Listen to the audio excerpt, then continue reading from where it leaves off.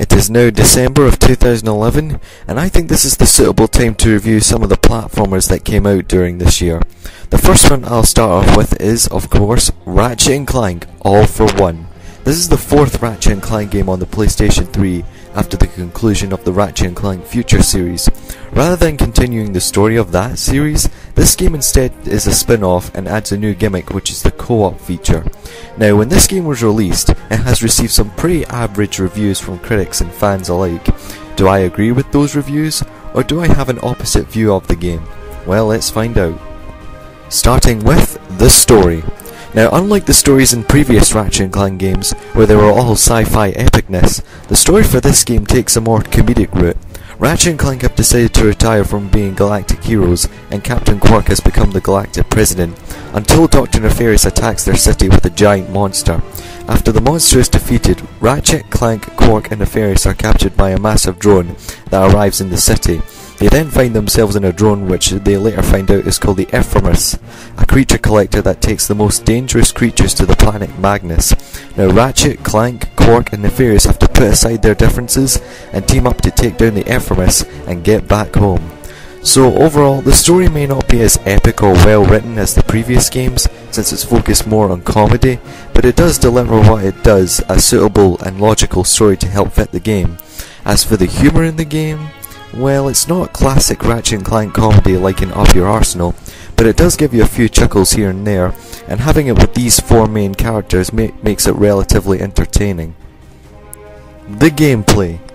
As I stated at the beginning, the gimmick for this game is now having a 4-player co-op feature, where you can pick between characters Ratchet, Clank, Quark and Nefarious.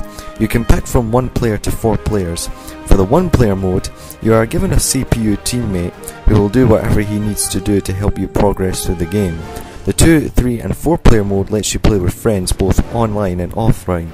Though the game focuses more on co-op, it still has kept the elements known in the Ratchet and Clank games. You can still use weapons from old to new, and buy new ones at the vendors. Some of the weapons are old ones from the past Ratchet and Clank games, and also new ones have been thrown in, though I can't really say which one was my favourite since some of the new weapons were pretty forgettable. Another thing is that you can't upgrade your weapons to a more powerful weapon using the nanotech leveling system, which is kind of a bummer. However, you can buy some mods for your weapons 3 times in the vendors, which is a nice replacement I guess. You can also still collect nanotech to gain health, bolts, and even titanium bolts return, although depending on which character you are, they will be a different colour. Ratchet's colour is orange, Clank's colour is blue, Quark's colour is green, and Nefarious's colour is purple. The gadgets in the game are more part of the co-op gimmick more than the weapons. The slingshot is now used to attach the other players together to help them reach across large gaps. But the most used gadget in the game is the vacuum. This gadget can be used to suck the other players in and shoot them across gaps.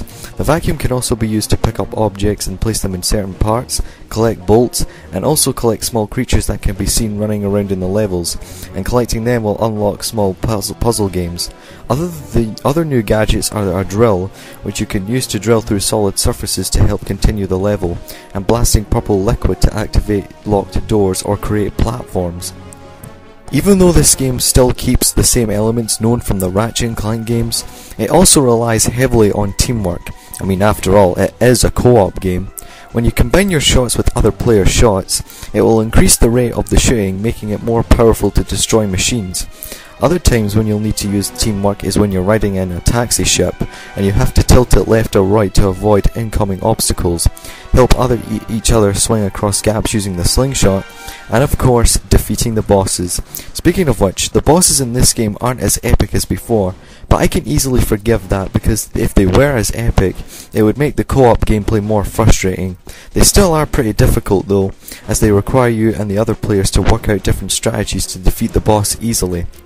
Overall, the gameplay in Ratchet and Clank All for One may not break new ground from the franchise, but as a co-op multiplayer spin-off, it works really well. There are some flaws here and there though, which I'll get into later on. The graphics. Let me start off by saying that the visuals in the Ratchet and Clank future games were some of the best graphics I have seen on the PlayStation 3. It doesn't try too much to be so realistic, and it makes it feel more vibrant and more alive than the older Ratchet and Clank games. in All for One, they still look as good as before, but my biggest gripe is that the environments haven't changed in the slightest. I know it's because that they want to keep it looking like a Ratchet and Clank game, but I would also like to see more refreshing levels. How about a level where it takes place in the galaxy, and you have to jump from giant ships to giant ship as they explode? You know, like that Egg Fleet level in Sonic Heroes. But then again, I am getting ahead of myself. Still, it would be nice to see some new types of levels for the series, but apart from that, the visuals in All for One are still as nice to look at as before, so there's really not much to say anything.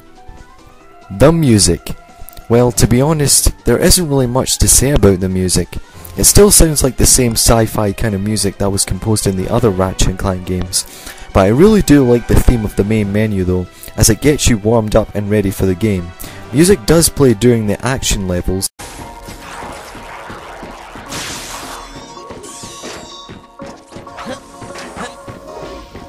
Ratchet! and then in some levels, there's barely any music playing at all. The main flaw with the music is that it's not really as memorable as before, and can be forgotten pretty easily, so the soundtrack is a hit or a miss, but it's okay at best. Now moving on to what complaints I have with the game.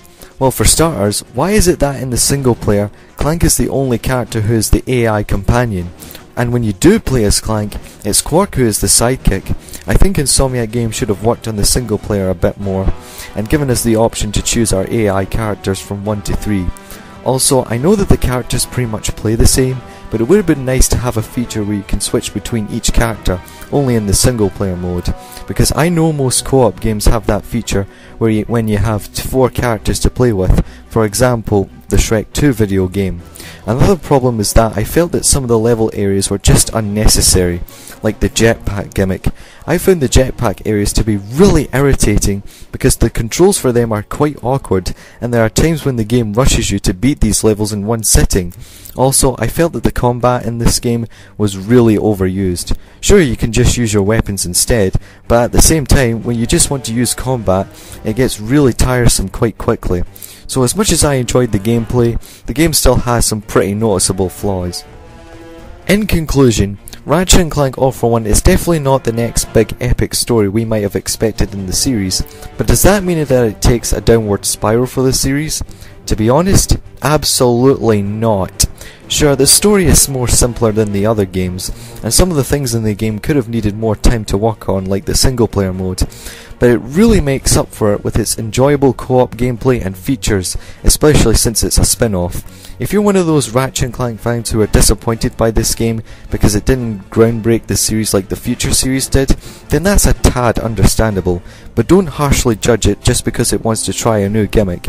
After all, it still keeps the elements from the past games, other than the nanotech leveling system, but it combines it with co-op gameplay, and in my opinion that is definitely a solid effort from Insomniac Games. So if you're looking for a co-op game that you can enjoy non-stop with your friends, whether it's offline or online, Ratchet and Clank All for One is definitely your game. And if you're just a typical fan of the series, just take it for what it's worth. I give it a bag of tangy cheese Doritos, meaning great and can play it again. Thank you for watching this review, and this is Zookstar1000 saying see you all in the next video.